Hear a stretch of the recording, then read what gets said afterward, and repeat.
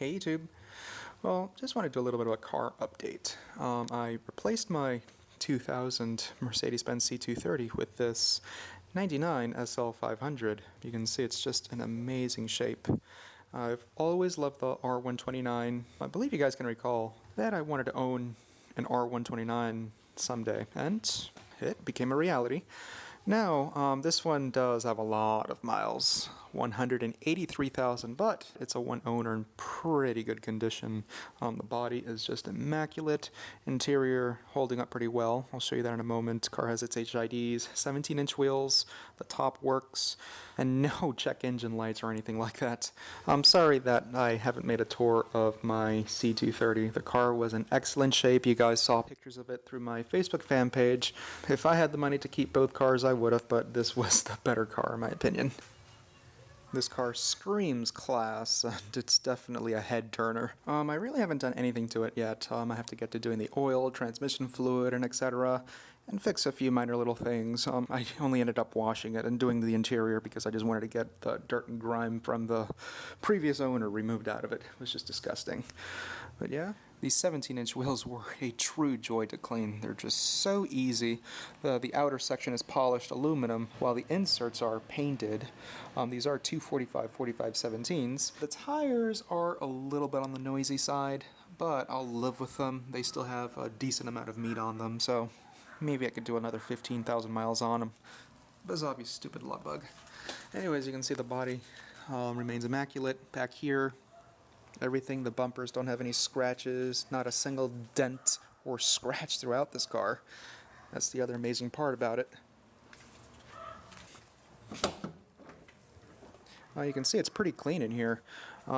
This is all my fault. I was checking out the spare tire and I threw it on the floor and all this crud got stuck to it. The full-size spares in here.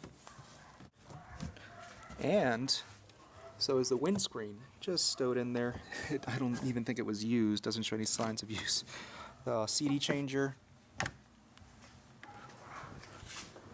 Now here's the interior. The seats are in pretty good shape for their age and for the mileage. I did condition them a little bit. It does show some minor cracks right there, but the most obvious wear was right here on the edge and here in the center. Maybe in the future I'll have that reupholstered. But again, for the time being, it's not a huge priority of mine. The steering wheel, when I was washing it, because it had so much grime on it, took off a little bit of the paint, so I may have to have this dyed again. Passenger seat, it looks as if no one ever sat there. It was just clean. The dashboard, nothing's cracked. The radio, shift knob, everything looks great. This thing actually has some decent cup holders, as you guys can make out. They all work, they're not broken. The armrest as well looks as if it were never used. And you can see right back here too. Sorry for that pillow. The Bose subwoofers in here. And the cubby over there. I've made a tour of an R129 before, the same year and model, so I'm not going to get too in-depth with it. One of the things that I need to fix is one of the hydraulic latches to the top.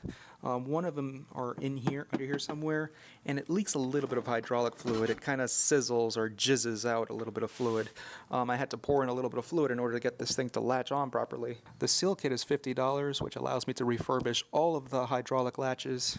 It will be a process that'll take me a day or something to do, so that'll be pretty fun. And here's the passenger side. Everything remains pretty good. The stock radio, I am going to change that out. I'm going to use the JVC unit that I had in my C230 and put it in here because I need to have my Bluetooth, auxiliary, and USB connectivity. I'm just hooked with that. This thing just has cassette and CD, which neither I use. The car had its two sets of keys right there, flips out. This is going to be a cold start.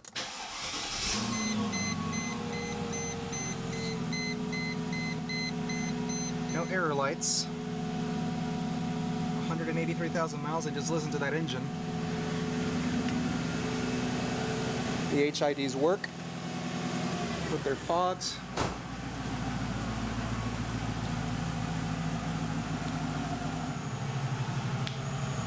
Just listen to the roar of that engine.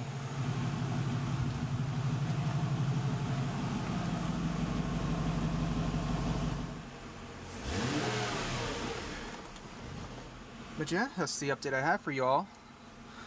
And I really hope to give you all a much more in-depth tour of this thing once I have it prepped up to where I want it. Anyways, YouTube, I hope you guys enjoy this update and look forward to seeing future tours of this car.